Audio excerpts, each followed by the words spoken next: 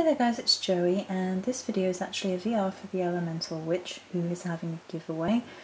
And the nature of the giveaway is to share aspects of your path, what it means to you, perhaps how you got there a little bit, and what the bits that resonate with you most are.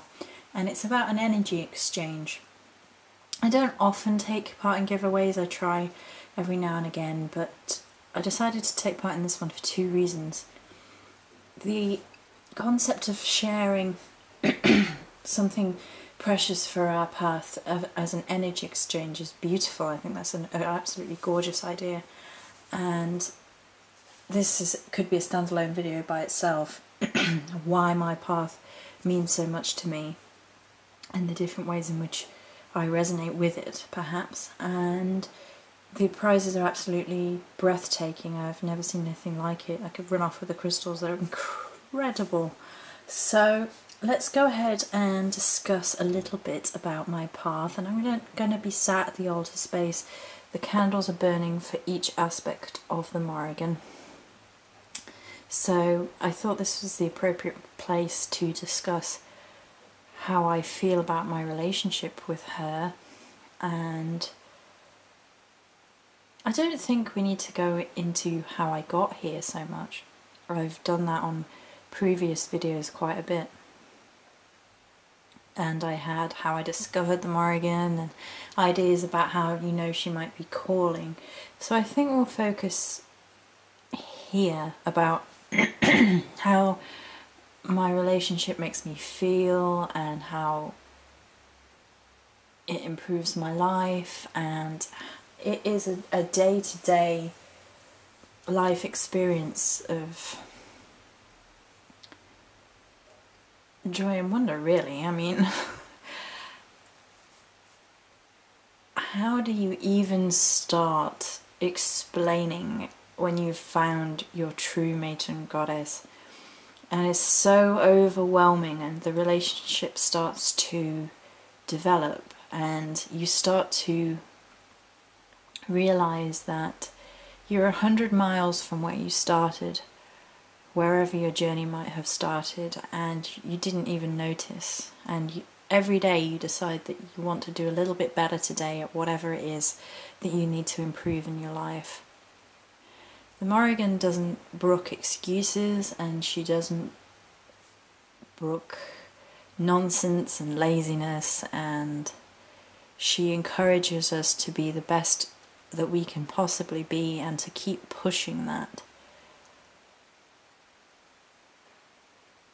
To look within and without and find that everything is connected, everything can have beauty in it, and to look for the balance in life.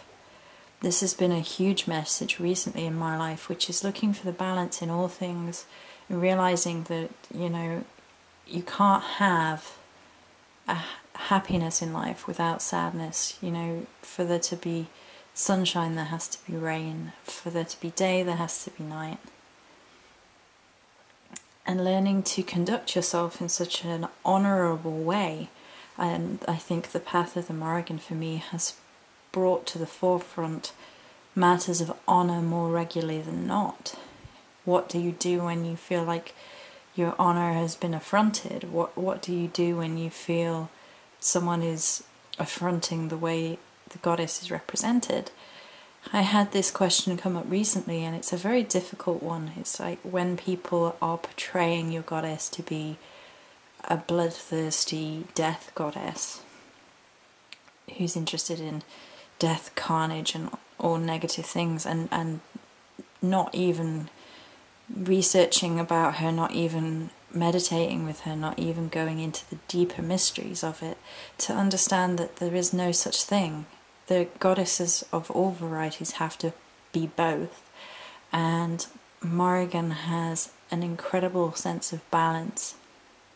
She can also be a very complicated goddess, and not for the faint of heart, if in that she can be quite difficult to comprehend.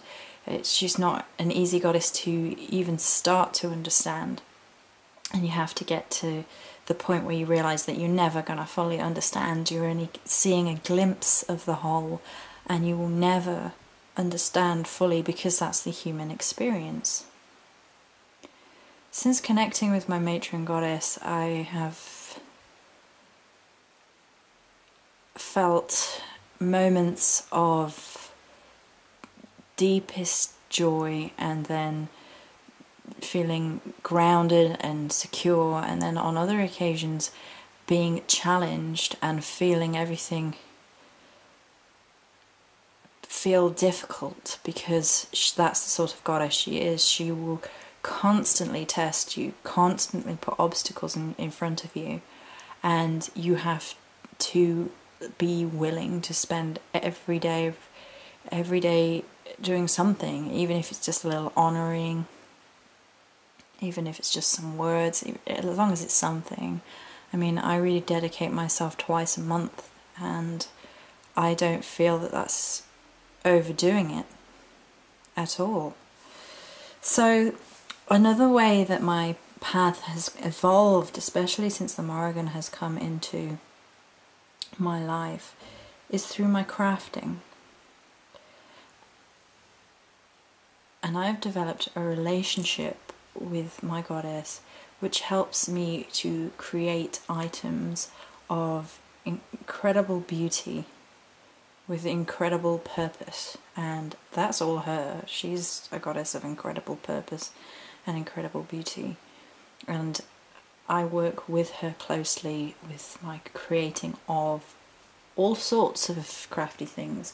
My favourite is candles, which I will explain in depth here because that's easier to do, but I create oils and incenses and spell beads most recently, and herbal blends, spell bottles, wish bottles, you know, you name it. I'll try anything. And you can see you can see a whole host of candles in the prayer altar shrine area anyway, some of which are mine and some of which are not. The beeswax spiral at the minute is not mine, but I do adore these beeswax spirals, and I use them like statues because I just think they're incredible. So I can't fully even put into words how she's helped me with crafting. And it's seeing the connections and the energies all intertwine and seeing it as a tapestry when you're creating. It's not throwing things together and bunging things together without care or thought.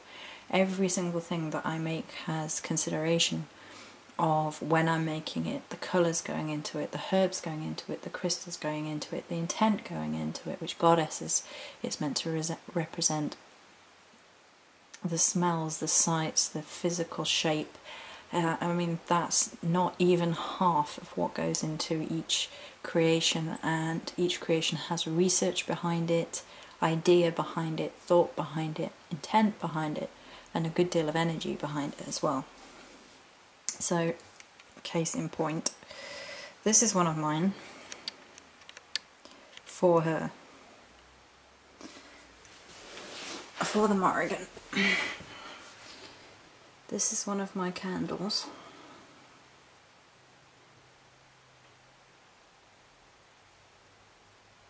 An incredible amount of work went into her candle there, and there's another one at the back there, that's one of mine. That's from the last Samhain, so that one's nearly a year old now. So those are the pillar type candles I do. I make everything myself. And then these are something I've been doing more recently, which are the spell cauldrons. I have a whole host of them.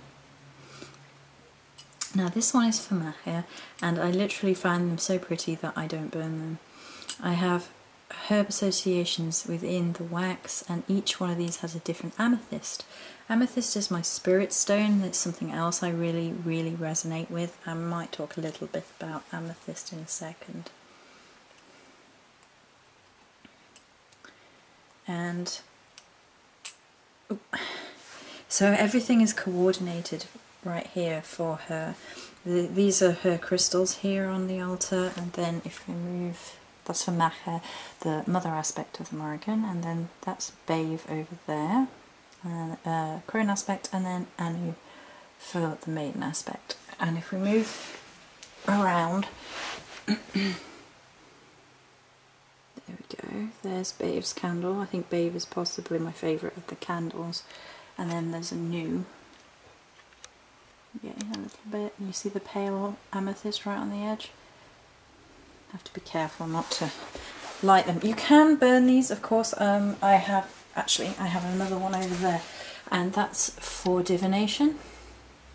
And I'll light one so you can see it.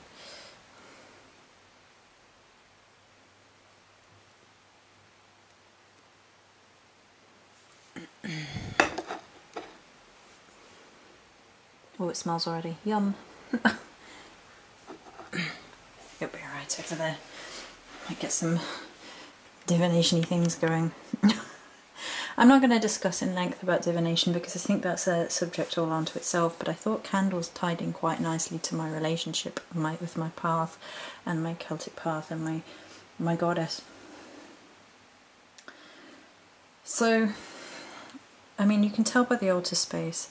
I always say an altar space is basically the physical manifestation of your relationship with your deity, and mine is constantly growing, evolving, changing. I mean, it's now two parts. It's down here and up there.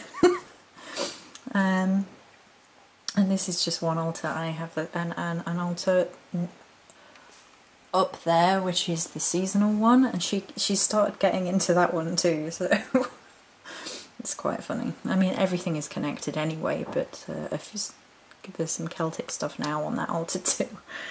Fun. But it's brought me immense amounts of joy, and it has helped me feel better about myself to work with the Morrigan. I had a very hard life up to a certain point in life, and when she came to me originally, she said she'd been watching and she was proud of me, and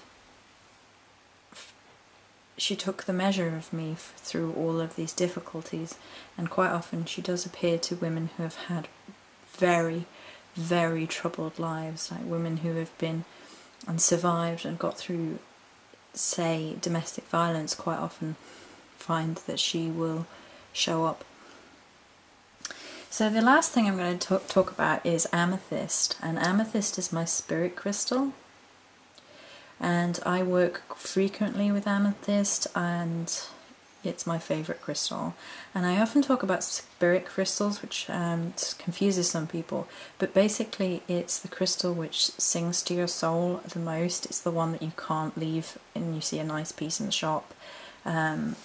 It's the one that brings you tons of joy, and it doesn't matter how many of them you have, you can never get enough. And this is the wand I use on the altar, in the altar space, crystal and the amethyst one. And amethyst is mine. I work well with other crystals, and I've started bringing in a male balance. You can see that citrine there is my imbuing one. There's also black agate and obsidian, and fossils and snowflake obsidian. There's tons. There's absolutely tons of things that I use. You can see all the crystals there and the crystal skulls and things. But amethyst is my crystal. It's the one that speaks to me. It's the one that brings me joy, and it's the one I work with most regularly. It's the one that makes me feel calm and at home no matter what, and it helps me sometimes in my meditations just to hold on to it and talk to her. I think we'll stop there, because otherwise this is going to be a really, really long video. I'm not entirely sure how long other people's videos are going to be, but I thought it was a wonderful idea to share this anyway. So thank you for watching. Fingers crossed. Whoop. Many blessings.